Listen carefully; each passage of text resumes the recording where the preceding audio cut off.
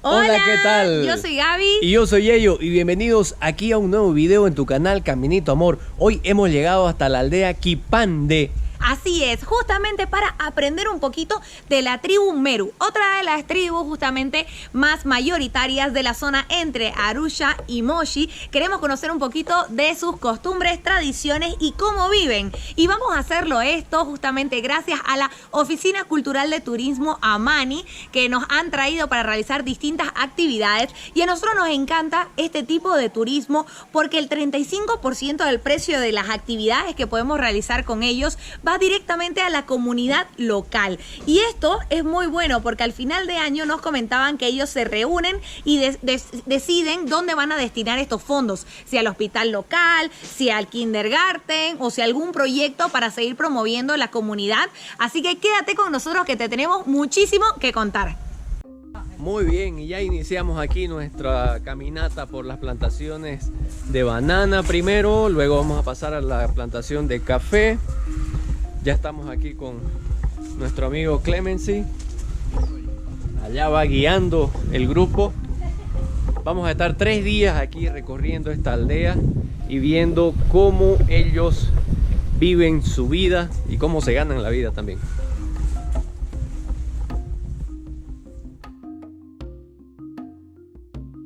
La aldea se encuentra en una colina con hermosas vistas al Monte Meru y al Kilimanjaro en días despejados. Pasear entre plataneros y diversos cultivos como papa, maíz, café, bananas, coliflor nos hizo impregnarnos de la vida local y nos puso en contacto con otra realidad en Tanzania, la más humilde y rural. Durante el trekking aprendimos las distintas actividades socioeconómicas de la aldea, principalmente cómo hacen sus plantaciones y su sistema de riego.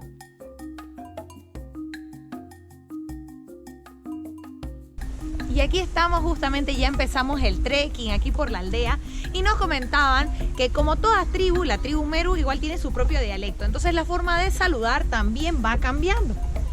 Y algo que es muy interesante es que acá los niños cuando nacen aprenden primero su lengua madre, ¿no? Su dialecto, que en este caso sería el Meru.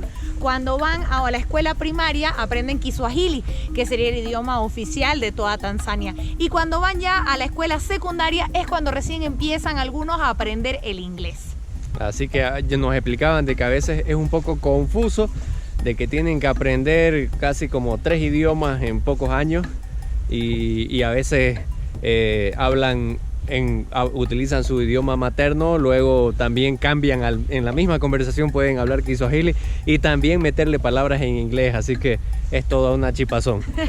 Miren esta vista, qué impresionante, wow,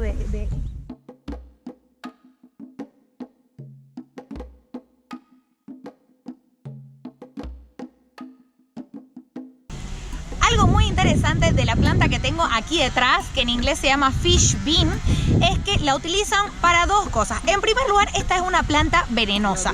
Entonces lo que hacen es que agarran justamente unas hojas y las ponen en el agua y entonces los peces que la comen flotan y así es mucho más fácil para ellos pescarlos. Y por eso se llama fish bean en inglés, porque lo utilizan como pescado ya en la cubeta, ¿no? Como carnada. Pero también aquí intentan, en la aldea y cerca al Monte Meru, intentan mantener todo de la forma más orgánica posible. No utilizan ningún tipo de pesticida o químico y por eso lo que hacen es que utilizan esta planta que es venenosa. Agarran como 1 kilo de estas hojas, las muelen, después le ponen 1 litro de agua y con eso van y rocían sus plantaciones y así es como un pesticida y un pesticida natural y orgánico con el que pueden alejar justamente a los bichos de sus plantaciones. Espectacular, ¿no?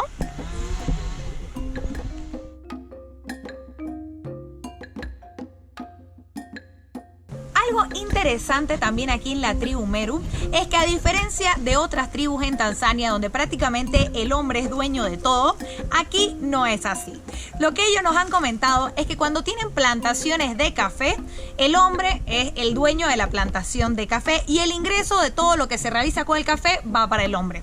Y en el caso de las plantaciones de banana, que podemos ver atrás mío también, acá en este caso el ingreso va para la mujer de la casa. Entonces todo lo que se realiza utiliza va el ingreso para la mujer, aunque mayormente el hombre es quien está trabajando el campo. También otra cosa que nos comentaban es que si tienen una vaca, por ejemplo, la leche, entonces va para la mujer, el ingreso de la leche y todo lo relacionado a la leche va para la mujer, mientras que la carne de la vaca y la vaca en sí va para el hombre.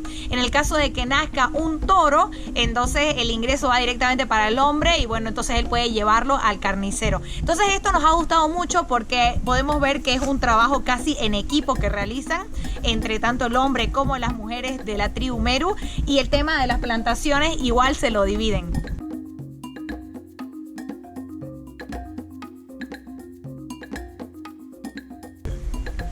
Bueno, y justamente nosotros estamos caminando aquí las plantaciones de café, que es una parte fundamental en la economía de la tribu Meru.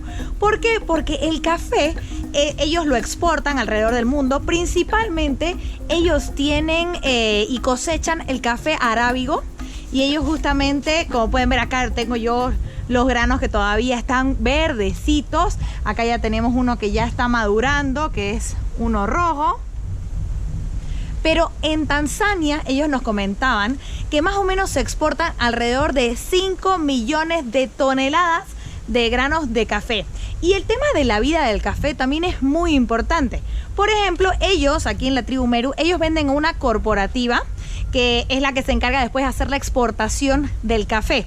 Entonces ellos van y directamente lo que hacen es que venden los granos, que básicamente es el grano ya abiertito, pero todavía no pelado ni hecho con el mortero. Entonces, cuando por ejemplo ellos venden el grano ya en ese estado en el que vamos a decir que ya está seco el grano, pero todavía no está pelado y todavía no está tostado ni molido, en ese estado justamente el grano puede durar hasta 5 años. Después, si es que ya lo tuestan, ya el café tostadito, entonces dura solamente 2 años. Y en caso del café molido, solamente dura 1 año.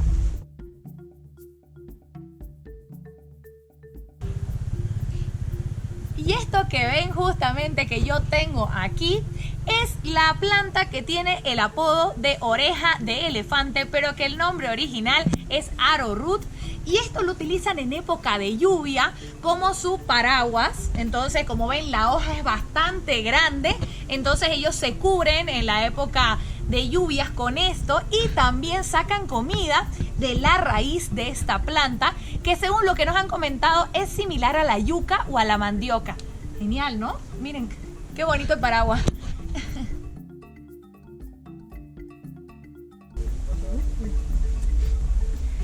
Ya estamos aquí haciendo el trekking de ida a la cascada Malala, la llaman Malala Waterfall, que se encuentra por aquí.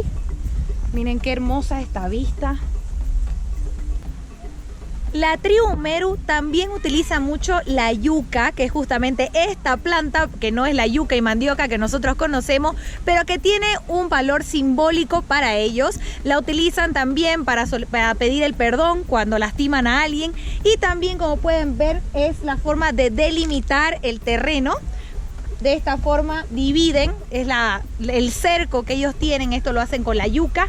Y también nos comentaban que cuando ellos tienen alguna pena o quieren pedirle algo a sus ancestros, van justamente a una planta de yuca y le ponen un poco de cerveza de banana beer, y le rezan a los ancestros para pedirles ayuda.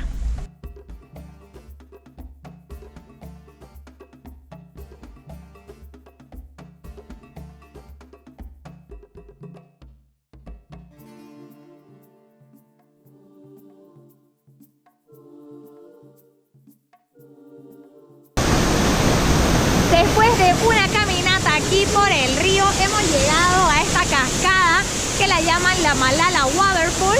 Como pueden ver, es una hermosa cascada que tiene una fosa, y aquí es donde vienen también a nadar. Lindo.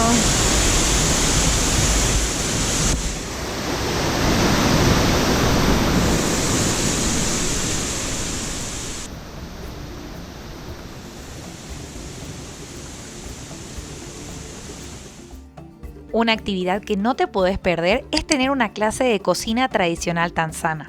Nuestro segundo día lo dedicamos a aprender los sabores más tradicionales de Tanzania y de la tribu Meru. Nosotros realizamos esta actividad en la aldea Kipande con Clemency, Manca y Oliver. Tener una clase de cocina puede tomarte fácilmente medio día, ya que te enseñan los distintos ingredientes que utilizan en la cocina tanzana y cómo prepararlos. Algo que no puede faltar en los condimentos de la cocina tanzana es el ajo y el jengibre. Lo mejor fue aprender cómo preparar los distintos platos africanos y después probar nuestras creaciones. Por último, otra actividad que puedes realizar con la tribu Meru es probar la famosa cerveza de banana, la bebida alcohólica más tradicional de la zona. Nuestro tercer día empezó con Clemency llevándonos a una fábrica tradicional, donde vimos todo el proceso para hacer la cerveza de banana. No te vamos a contar todo el proceso, pero sí te diremos que es una experiencia inolvidable y muy artesanal. El sabor de la cerveza nos hizo recordar a la chicha en Bolivia, aunque más espesa, ya que al jugo de banana fermentada le mezclan harina de mijo. Así que la bebida no solo te emborracha, sino que también te alimenta. Después de unos buenos litros de cerveza, nos fuimos al lago Duluti. Acabamos de venir al bosque y lago Duluti, que es una reserva ecológica, y justamente vamos a dar un paseo en canoa por el lago. Vamos a ver qué tal, pero el paisaje es hermosísimo. Y aquí paseando por el lago Duluti, que Duluti significa en el lenguaje Meru el lago mágico. Es un lago que es muy importante para la tribu Meru porque aquí venían a hacer sacrificios e incluso a rezar al lago para que se le cumplan ciertas cosas o en caso de que tengan algún problema. Entonces ese es el significado del lago Duluti. Y aquí también vienen actualmente muchas personas los fines de semana a almorzar porque hay unas cabañas para comer y también disfrutar en familia de hacer canoa. La profundidad del lago no está confirmada, pero los locales creen que tiene alrededor de 700 metros de profundidad. Alrededor del lago verás el frondoso bosque, que es una reserva ecológica y casa de muchos reptiles y pájaros. Alrededor del lago pudimos ver numerosas aves, y se dice que en este lugar podés ver hasta 130 especies de ellas.